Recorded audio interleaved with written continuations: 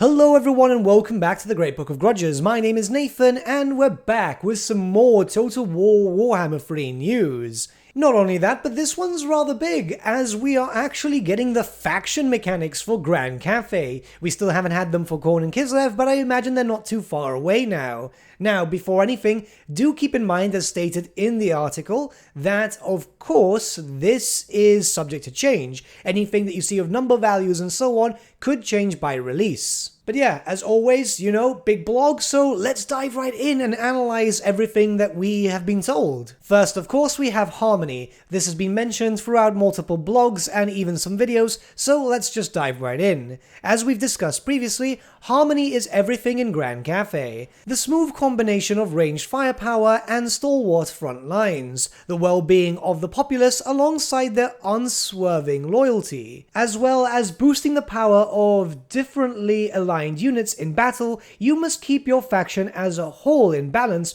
through considerate building choices, lord picks, and technology. Okay, this is sounding pretty cool. Just about everything will nudge the harmony of your faction one way or another, all tracked by a handy bar at the top of the screen. Should you drift towards one side, it will become cheaper to push back to the center, but your overrepresented buildings will be less effective and your control of your provinces will drop. Oh, okay. Maintaining the middle point is the biggest reward, giving significant boons to all areas of your empire and a unique army ability to summon the spirits of ancestors long dead to help out in battle. With every research technology, built building, and hired lord trying to dislodge it, maintaining this for an extended period can be challenging, but it's more than worth it, even for just a couple of turns. Okay, so first up, this Harmony thing sounds very similar to that of the, I think it was called Harmony also, in a Total War Saga Troy with the Griffin Patriarch, and this is rather curious. I can't wait to see how this goes, because it seems that everything affects Harmony. So yeah, this should be really cool. There's a balance bar. This is going to be interesting. Does it like boost up some other things? It also makes some other stuff not as good if you focus on that side. I can't wait to see how this actually works. It's a lot of micromanagement, but it could be done really well as long as it's not too drastic of a drop. It looks like they are trying to go full ham in terms of mechanics and so on, so it is really interesting. I must say that it does sound cool. I want to see this in play. It's a shame that they didn't show any screenshots, as we do get screenshots for other stuff, but I guess they're just waiting to balance it out a little better and for a future gameplay showcase. I'm hoping so at the very least, but it sounds cool. But let's move on. Next we have a rather impressive screenshot of the Whooshing War Compass. We'll get all to the blog stuff in just a second, but this is really cool. So, it's focused around 4 different things: the Great Bastion, the Celestial Lake, the Warpstone Desert, and the Dragon Emperor's Wrath. There's a little bit of information here, as the Whooshing War Compass harnesses the power of the winds of magic to bring prosperity to Grand Cathay. Directing the compass fills the respective energy reserve. The greater the energy reserve, the larger the benefits are. However, the energy reserve of all other directions will decay over time. Okay, this is actually really interesting. So, this means that we will be able to pick special effects. Like we can see here, the Great Bastion will give you more defensive supplies, the Celestial Lake will give you more growth, the Dragon's Emperor Wrath will give you more control, and the Warpstone Desert will give you less corruption. This is really curious. I like this because it's definitely something very new, and obviously Creative Assembly are going full ham for this, so I'm actually really impressed. I wasn't expecting something like this. You're basically going to be able to get benefits as you wish, and you can then set it to whatever is most beneficial to your specific playstyle, which is incredibly, well, I can't say anything else than it's good. It's impressive. Honestly, well done to Creative Assembly. Was not expecting this.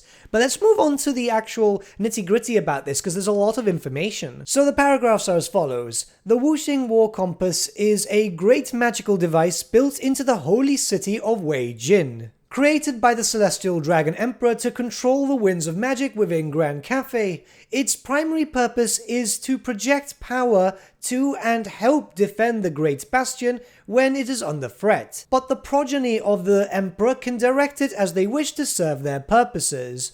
Whenever the compass is directed to one of its 4 points, the area begins to fill with magic. Most provide a faction-wide buff that is always active, with another that is only available when the compass is pointed its way. As that area fills with magic, the passive ability grows in strength. However, if the compass is pointed elsewhere, the magic in the area begins to drop, depowering the passive. Okay, this sounds pretty cool. This balancing act depends on your needs, as well as any emergencies you may be facing, and must be chosen wisely, as there is a turn limit on changing the compass again. Here's a breakdown of the regions and their effects. Okay, before we do that, so you can change this if you're one of the dragon children. I'm assuming if the Monkey King ever becomes a DLC, he will not have access to this. Maybe this is just for the progeny, as it says here. And there's a turn limit too, so I guess a cooldown. I don't think that this is going to be anything other than a cooldown, which, to be honest, is fair. Some of this stuff there does look quite powerful, so we're going to have to wait and see. Let's look at the specific regions. The Great Bastion. Passive buff provides additional supplies for Grand Cathay armies defending settlements and additional casualty replenishment for all armies. Active buff decreases recruitment costs and provides a unique army ability to drop meteors on enemies. Okay, that sounds pretty interesting. Obviously, the Great Bastion is defensive, so this makes sense to have a defensive buff. It sounds interesting to say the least, and I'm assuming that Grand Cathay is going to be attacked constantly by chaos, so they might need to use this as much as possible. Now let's move on to Celestial Lake. Passive buff provides growth to all Grand Cathay factions. Active buff gives additional income and stronger winds of magic growth within Grand Cathay regions. Okay, so it's only inside Grand Cathay. You won't get these buffs outside. So yeah, kind of makes sense. And I like this. This is probably going to be the first one everyone goes for, because obviously extra growth does help a lot. And yeah, you want this as much as often. Warpstone Desert. No passive buff or growing/falling energy reserve for this region due to the mass of Warpstone. Oh, okay, so you won't get a buff here due to the fact that obviously this is so heavily corrupted. Interesting. Active buff lowers corruption across Grand Cathay, guarantees lower winds of magic reserves, and gives a leadership debuff to enemies' armies inside the nation. Oh, okay, this is pretty cool. Especially if you're going to get attacked a lot. Though, I don't know. Corruption might be a thing, because we actually do need to talk about a few things in terms of corruption. But that was interesting. Yeah, I mean, we'll talk about corruption in a little bit, trust me. And lastly, Dragon Emperor's Wrath. Passive buff provides control to all Grand Cathay factions. Does this... Okay, so I was seeing this as regions, but apparently this is going to affect all of your possible allies and possible enemies too, I'm assuming. Active effect only at a full energy reserve applies massive, and then massive again, attrition to all Chaos forces besieging the Great Bastion. Okay, so I'm expecting loads and loads of Chaos attacks. It can't be the same Chaos invasion we're dealing with now, because, let's be honest, it's not very impressive. Though this does sound kind of cool. The mechanic sounds fun, and I'm actually really curious about this. Like, it's going to be cool. It sounds very powerful, though if Cathay is getting such cool stuff like this, I can't wait to see what Khorne, Kislev, Sinesh, Tzeentch, and all the others get. Next, we have the Ivory Road. Unfortunately, no screenshot was provided, barring just some artwork that we've seen before, but there is a lot to discuss. Trade is important to Grand Cathay. It not only has a massive population, but a hugely different collection of magical artifacts and native flora and fauna to Kislev and the other nations of the West. Even the Ogre Kingdoms value the delights of Grand Cathay enough to pay for it when they feel like it, or raid the caravans when they don't. Which brings us nicely to the game mechanics of the Ivory Road, the central trade route in and out of Grand Cathay, running right through the lands of Zhao Ming and off the Empire. Interesting, because that means it's a long road and it's going to go straight through the Darklands, isn't it? So, Chaos Dwarfs when? But let's move on. When playing as a Grand Cathay faction, you can dispatch a caravan whenever you like, sending it along one of the many paths of the Ivory Road.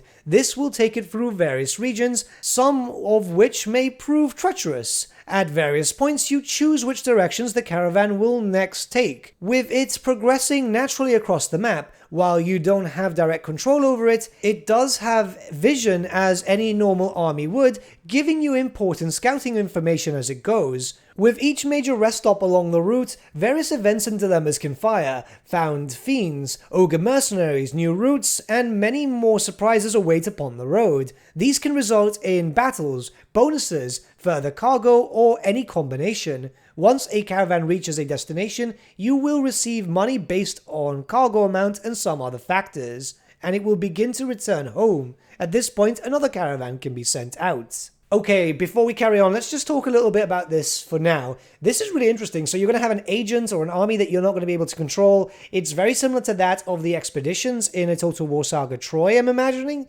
but it will be in the map, which is really cool. This means that if you're sending it out to a far-off area, you can see how any factions have changed, if any of them are getting quite large and so on.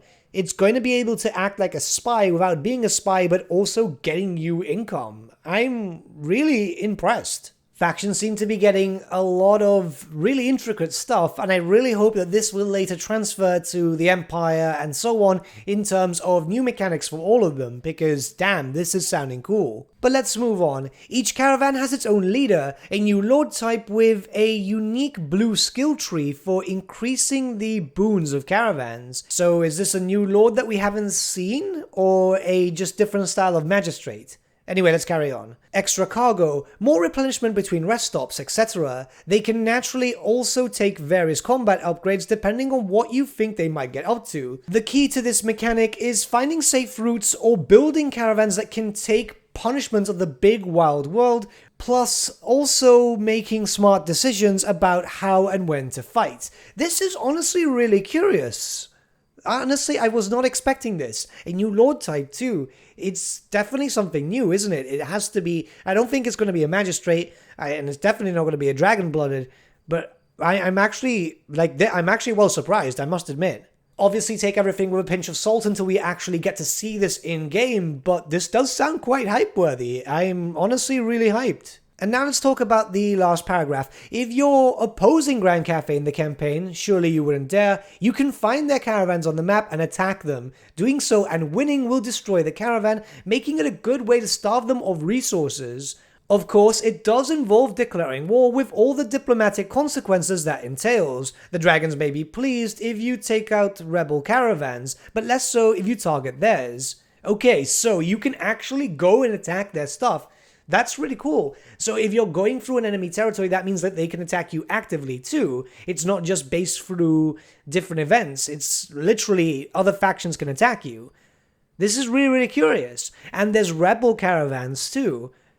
I wonder how much this is going to affect the gameplay. Like, Cathay does seem very strong. We've already seen that with all the bonuses that they're getting so far. And then obviously all this type of mechanic and so on. But this looks like a way to hinder them. And I'm honestly really curious. I want to see this. I want them to do some campaign showcase, or at least let the creators, like the content partners like myself and some others, be able to check this out and do videos, because this does sound cool. This does sound really, really cool. Next, we have another in-game screenshot, and there's a lot to discuss here. Okay, first off, it's in the Western Great Bastion, so we know there's different points of the Bastion too, so that's great. We kind of expected that anyway. Just one position to enter would have been a bit silly. It's a 4-building settlement, well, technically really 3, as your main slot is the main building itself.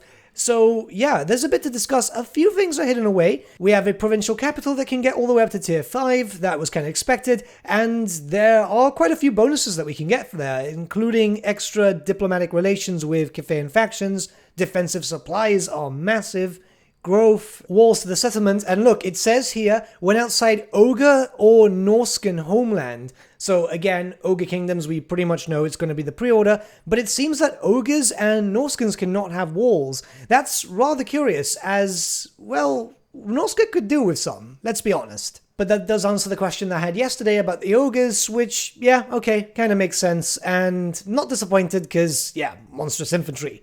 Now, we can see a decent amount of basic military buildings and a few defense buildings. I'm assuming that it's going to work like many other of the special places where you can only have maybe 1 or 2 of the defense buildings, Or maybe you can just get 3 of them. It could be interesting, but I doubt that they're going to make it really, really strong. Either way, sounds pretty cool, and I'd like to see how many Great Bastions we're going to have. Maybe we're going to have more than just 4. Maybe we can have a few extra. Obviously, that very much depends on the size of Cathay itself in the campaign map, which we still haven't seen. But yeah, still pretty cool. I'm excited for this. It's nice that we're going to have this. It's going to work like forts, I imagine. We've already seen the fort of Nangao, which I'm assuming is close enough, but I guess we're still going to have to wait. Other than that, look at the bottom right-hand side. Corruption has been changed, and corruption has now been split into loads of different types. We've got Chaos Undivided, we've got Vampiric Corruption, Skaven Corruption, Khorne,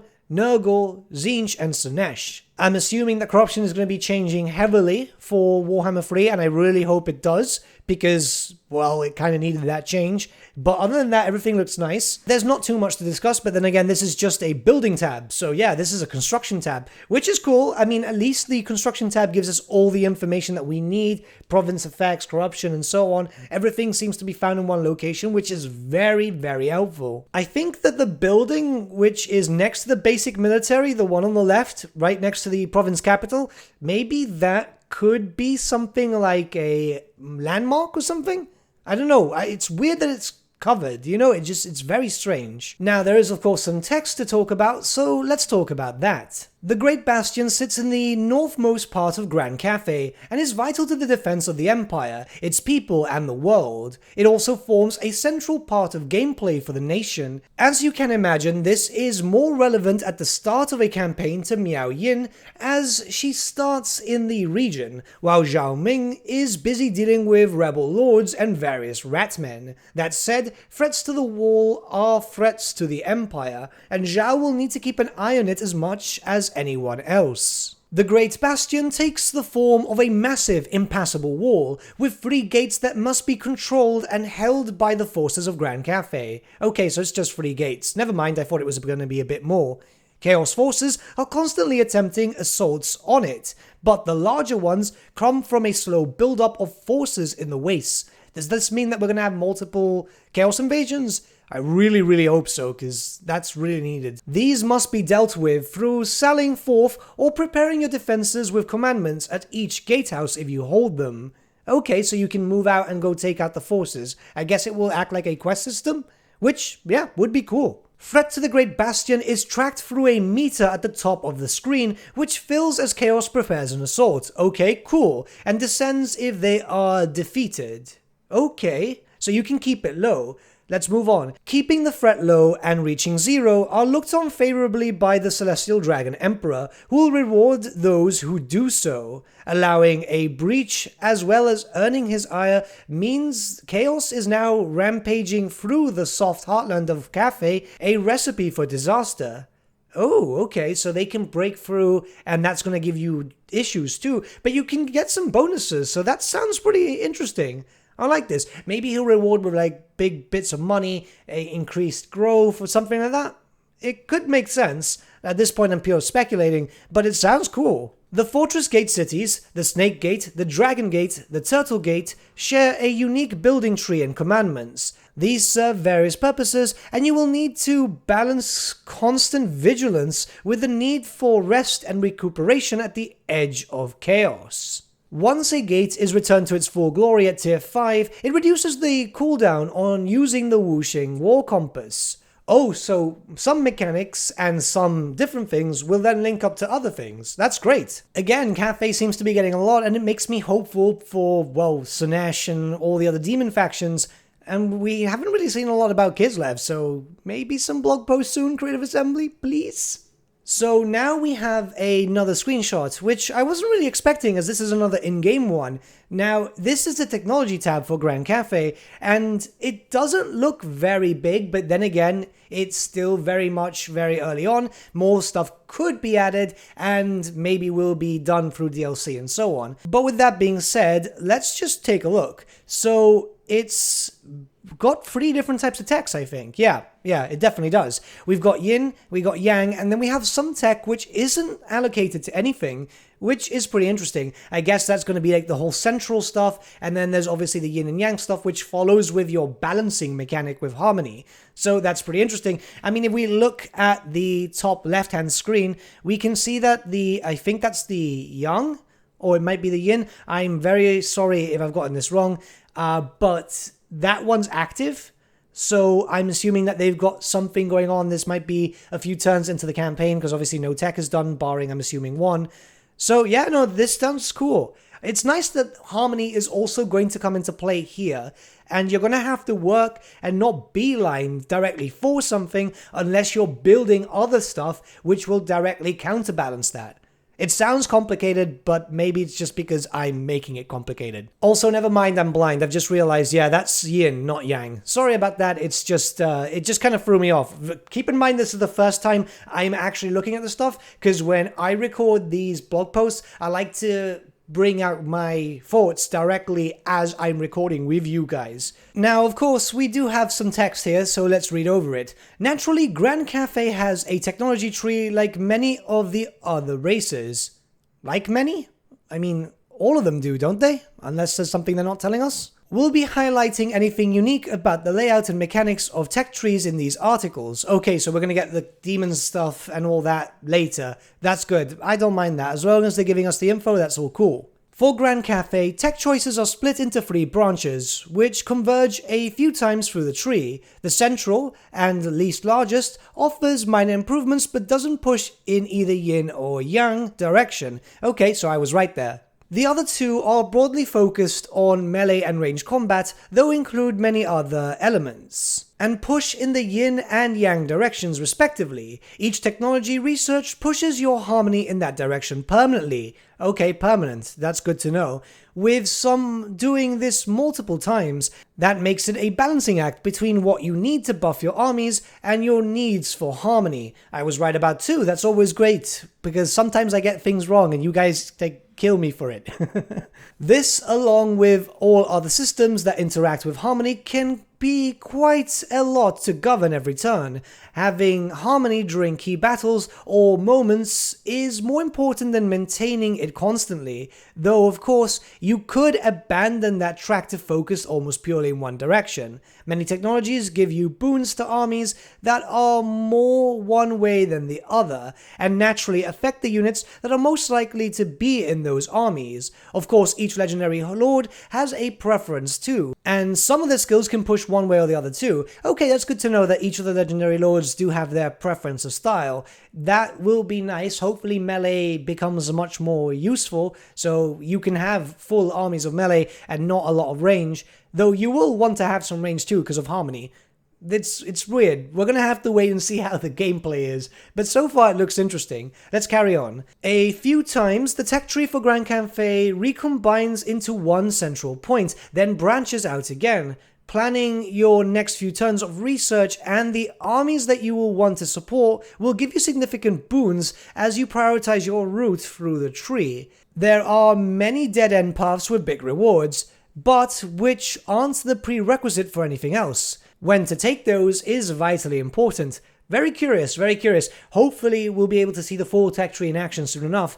But it sounds fun, I must admit. So far when it comes to Grand Cathay, we've seen a lot of really interesting mechanics. Again, this gives me hope for the other main factions, but I really hope that this means that we'll see some reworks coming into effect for everyone else, as there is a lot of reworks needed to bring everyone in line with Warhammer 3. It took a while for Warhammer 1 races to become to Warhammer 2 standards, and it looks like we're going to go back to this. Though, if we're going to get loads of stuff like this, I mean, I'm not complaining. So that's pretty much everything. Obviously, we have to take everything with a pinch of salt because stuff is subject to change, and obviously we have to then take into account that, you know, early development and all that stuff. But, yeah, I mean, it's exciting. It's exciting. What do you guys think? Honestly, I like the idea of Cathay. I must admit, I might not be too hyped up for them because I play demons on tabletop, so I kind of want to play demons.